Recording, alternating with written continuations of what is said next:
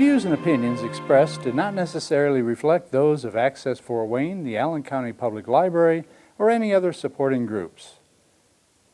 If you'd like to produce a show, call us at 260-421-1250.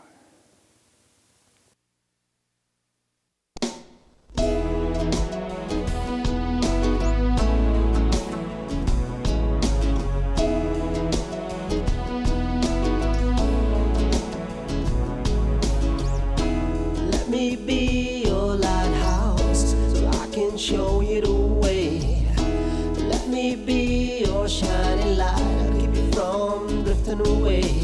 I'm the one that makes you try when... Hello, this is Patty Hunter of Patty's Page. My special guest today is Sheriff Troy Hershberger. He's the sheriff of Allen County, Indiana. Wow. That's a whole spread, isn't it? Yes, it is. Yes, it is. A little over a year now. Holy mackerel. That's why I asked you to come, because I want to know how it is going with you. Well, it's kept me pretty busy over the last year. Yeah. You're still here, so it must Oh be. yeah, oh yeah. The first year went relatively quickly.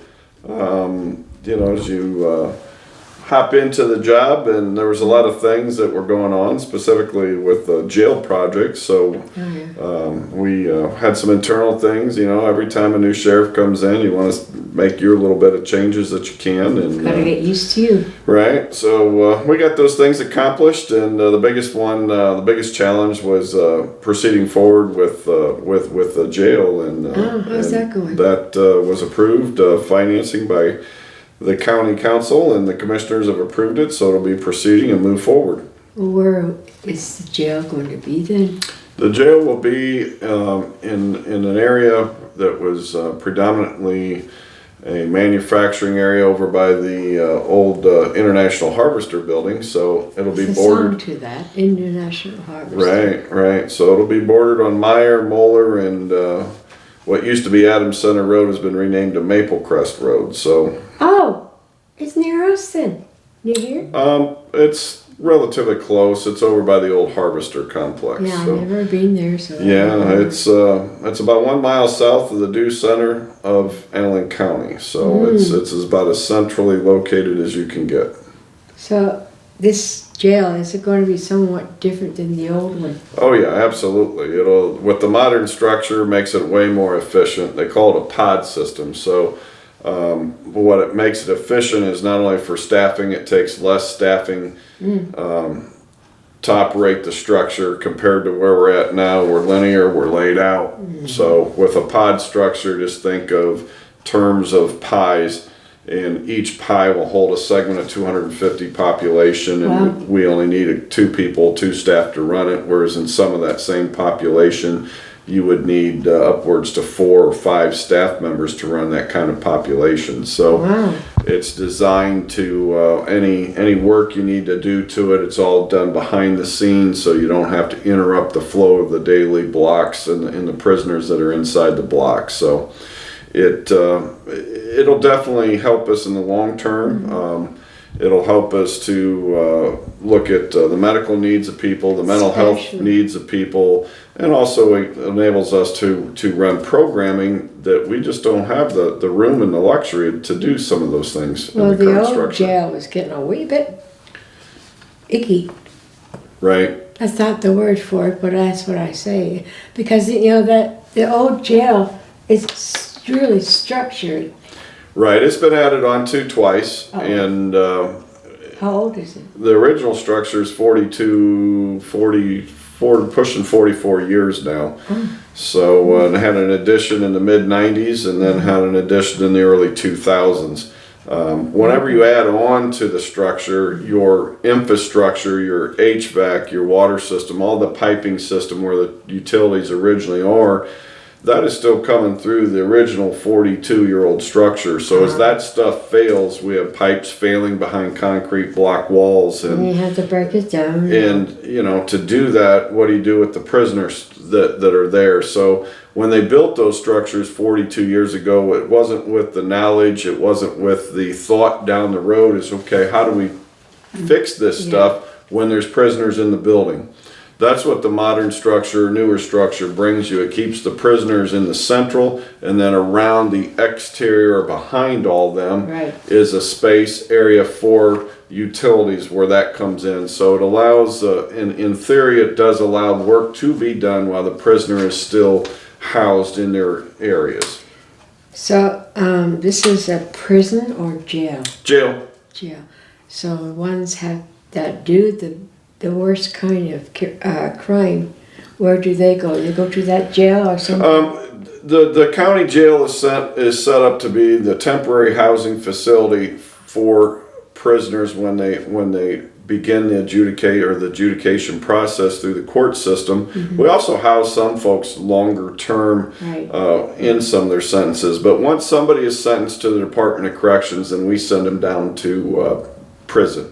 Do you think the other prisons should be renewed as well? They update as they can. There has been a couple new additions, like they're doing a new addition prison up in Westville Correctional right now in northwest part of the state, but that's run by the state of Indiana. And our jail is run by Fort Wayne. The local jail is ran by the sheriff's department. Constitutionally, that's one of the responsibilities of the office of the sheriff is to run a jail.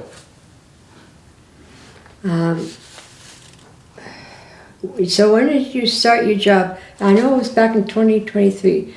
What, January? January 2nd was the first day I was in the office, and that was a Monday, and I believe January 1st was a Sunday. So I actually officially started January 1st at 1 second after midnight is when I officially became the office holder as sheriff. Oh my stars.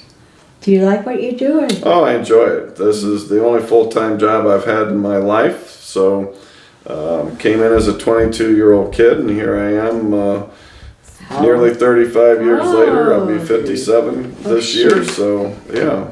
I'm older than you. Yeah, it's gone by pretty quickly. And when you first started your job, what were your duties then? Your first over the,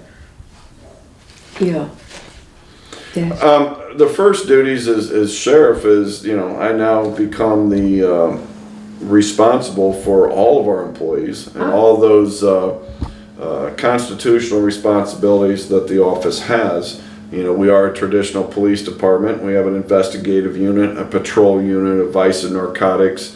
We have those types of policing abilities just like any other law enforcement agency. We have K-9, we have SWAT team, those kind of things.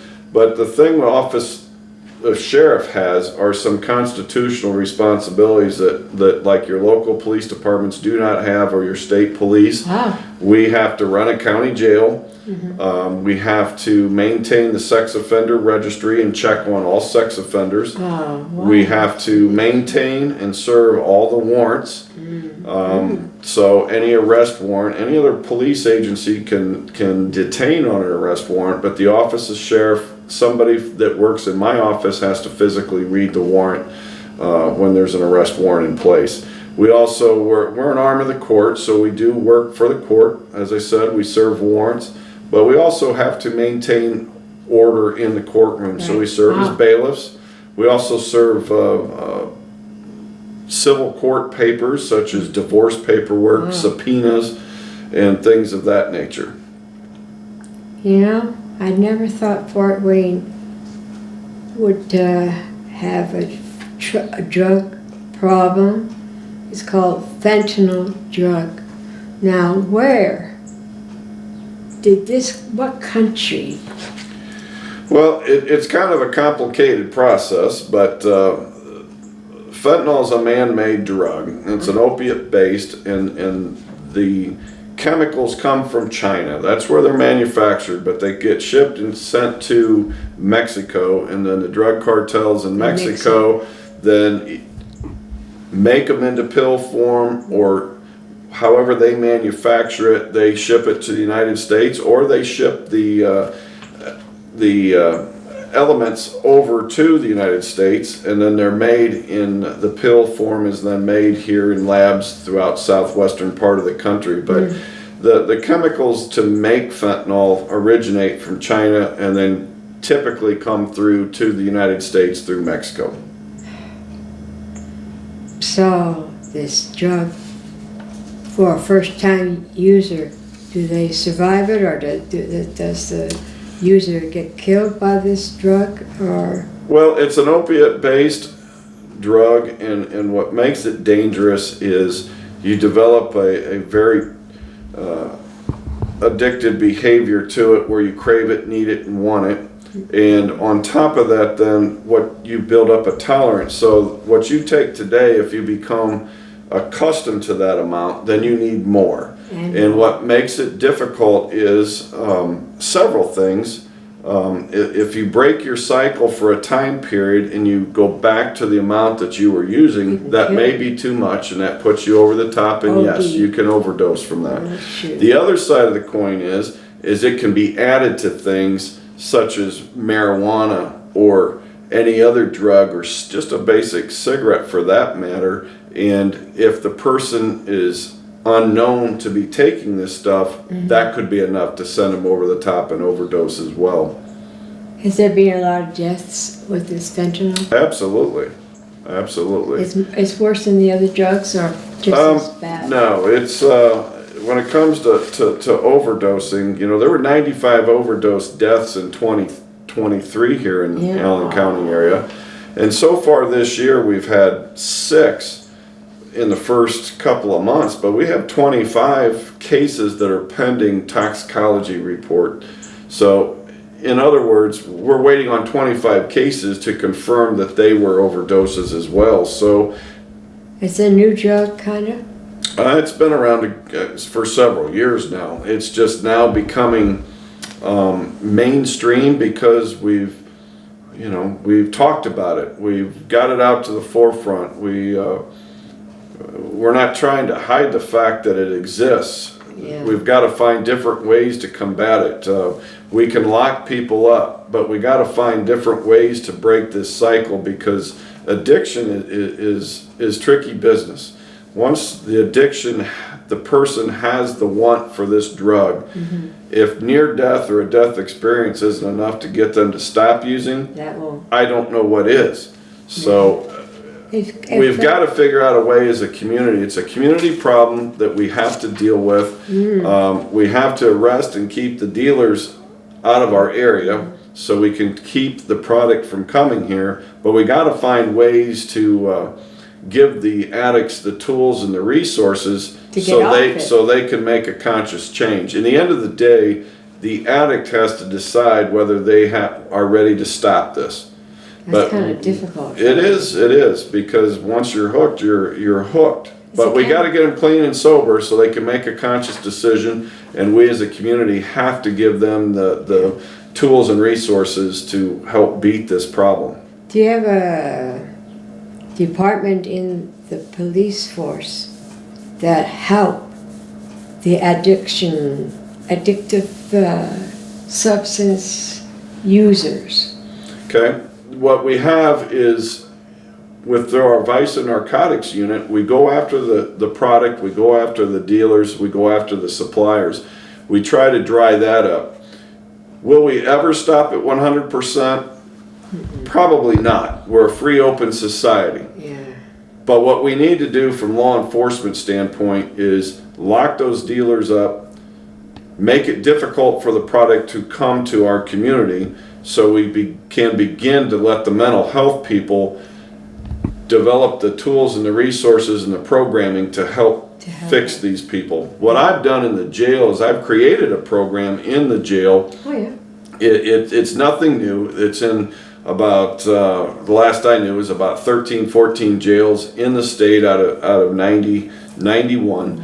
And we We developed and began the jail chemical addiction program in August of 2022. So my theory is we get those offenders who are in jail, we got them clean and sober, they're a captive audience, they're doing some time in the jail. So I'm bringing those outside resources of the community in to help the addict. And we're doing classes in the jail. But as I told you, our current structure, we don't have classroom space to do this. I've had to clear out a housing unit to utilize that as our classroom. So you can't mix the people the addict that wants change with the people who aren't willing to accept change, because you can't mix the two together. So we have created a block and an area of living for some offenders. I have 8 people in the program right now. Oh, God bless and them. we're working towards getting them the help that they need. Is there some sort of reversal drug for this dangerous? Yeah, if we suspect there's an overdose, the drug Narcan, and most everybody knows about it. Sometimes a single dose of Narcan doesn't bring the person back. It may take a second dose of Narcan, and the addicts know this, so they'll even carry it on themselves. There's free dispensary places throughout the community for this drug Narcan. Most police agencies carry it on them. We do. We have it in our jail and have it on our officers that are on the street. So EMS carries it as well, fire departments. We have hospitals and stuff. Has anyone really been completely damaged by this drug that it can't get back to normal? I would say yes. I mean, I personally don't know anybody that it's affected or damaged long term. I think there probably hasn't been studies out there to say that this drug has a long-term effect or not, but I'm sure it does. I'm sure it does, because once it's in the brain, it fools around with the brain and gets it all destroyed in some sort. The chemicals in the cells. I hope the brain can, when they've been helped, can be able to help heal, self-heal. Right. Yeah, there's a lot of stuff we don't know about fentanyl. And the age group. What age group of the people are using this drug?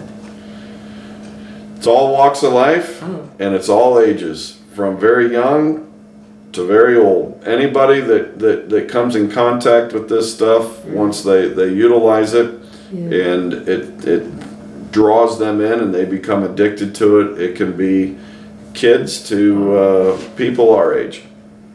I'd like to get after these cartels. I really would. And people who make these dangerous drugs, go after our children and the young adults, right? Right. Well, see, the cartels, they're in business to make money, right? They don't care. And they don't care. They look at the money. I will say this, there's been a lot of talk, do you legalize marijuana, do you not legalize marijuana? But I will say this, about half the states in the country have legalized marijuana. With that has become American ingenuity. We've been able to perfect those strains of marijuana.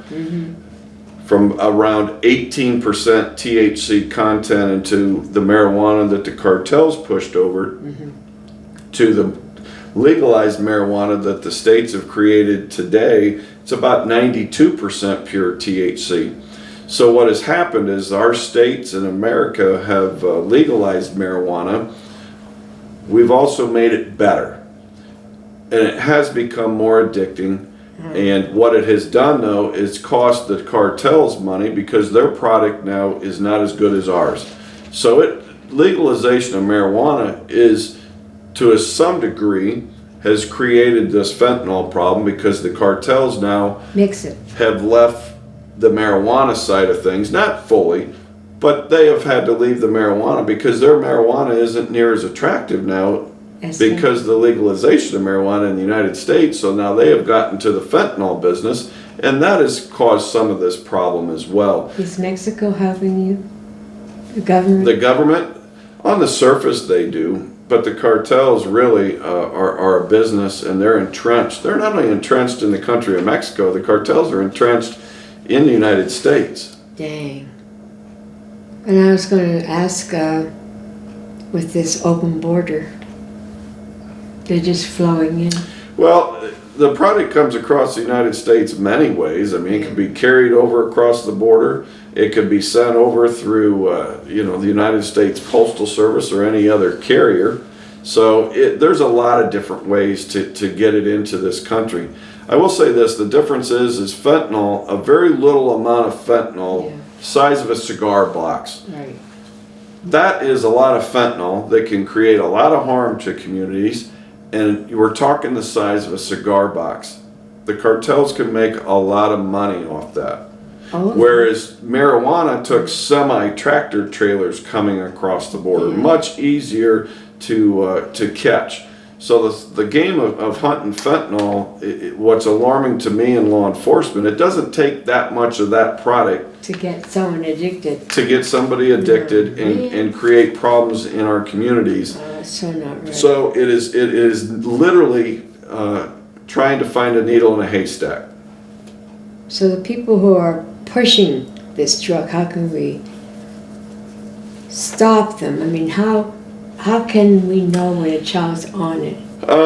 Well, the first thing noticing with kids when they're on it is you'll see their social skills will become lacking. Their grades will go down. They will not be present in the home. They'll withdraw from the family life, those kinds of things. Those are all indicators, but they're also indicators for other things such as severe depression and those types of things. So it all kind of goes hand in hand. To tell if somebody's on the opiates, it's just like any other drug. Their behavior will change. And they won't be themselves anymore. Right. Until they're off that drug. They gave me in the hospital when I had an operation on my shoulder, hydrocodone. Okay. I became addicted to it. They had to help me. Right. And that's hydrocodone. Right. They shouldn't have given it to me in the first place. Well, unfortunately, a lot of pain medication is opiate based, and that's kind of where it started from. Cocaine. Cocaine is not an opiate based. Codeine.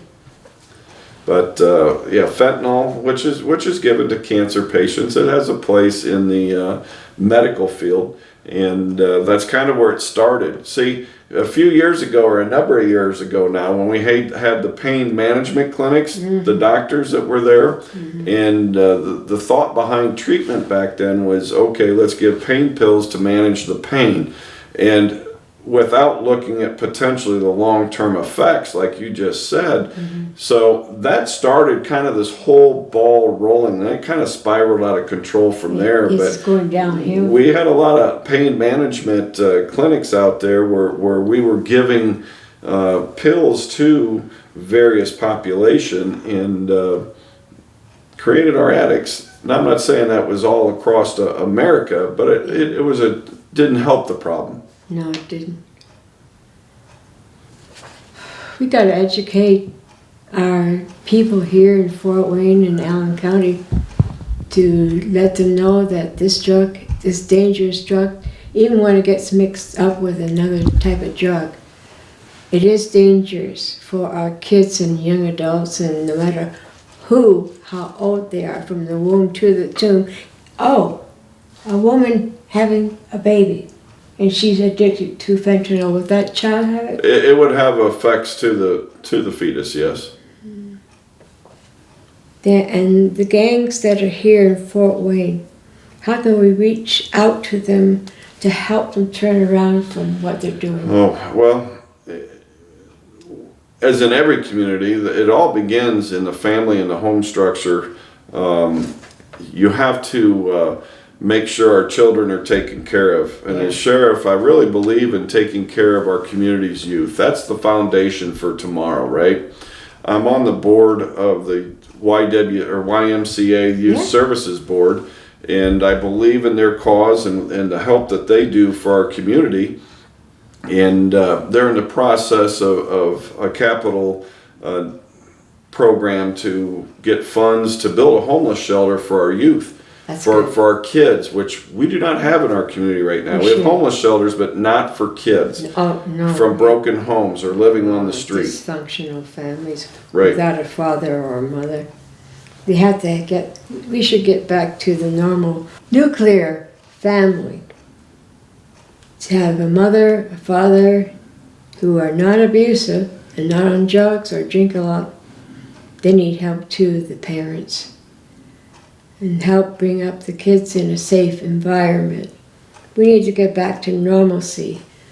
Whatever that is, we had, work at it again. We used to be okay in the 50s and 60s. Now, after the 60s, we went downhill. Don't you think? Well, I mean, it all starts in our home. We're all responsible for our own actions. We're all responsible for our own families. If we start there, then that will be a start in the right direction. And finally, what would you like to share with my audience, giving them hope for our communities? Well, as I touched on it a little bit, I'm a believer in taking care of our youth. So I've made my mission to do my part to give the addicts the tools and resources that they need to make that change in their lives. But I've also feel it's important that we try to take care of our youth in making sure that they have a place to stay. We can talk about getting them jobs and getting them educated, but if we have kids roaming the streets that do not have a place to sleep, then we have to provide something in this community, a safe place for them to go. And the Youth Services Bureau program, in my belief, is one of the few programs out there that it will address this issue. Yeah. We do have a struggle with that in our community, and I don't know what the number of kids are, but on any given day, we do have youth out there that are homeless, that are on the streets, that do not have a place to stay. So Sad. I'm a believer that we have to take care of our youth Yeah. because they're the foundation for tomorrow. And some of these kids are, zeroed in at from traffickers in drug. They possibly, yes, could become part of those statistics, whether through human trafficking or addiction or everything in between when we talk crime, because they have no other choice. They have no other ability. They have no other nowhere else place. to go. I know. So I would like to thank you, sir, You're welcome. for being Thank you. Sheriff Troy Hershberger, without the C. Thank you for being on to my show. You're welcome. Thank you. And thank you, audience. So see you next week, God willing. God bless. Godspeed, my love, until we meet again. You're always in my heart and every dream. Don't let this time apart give in to all our fears.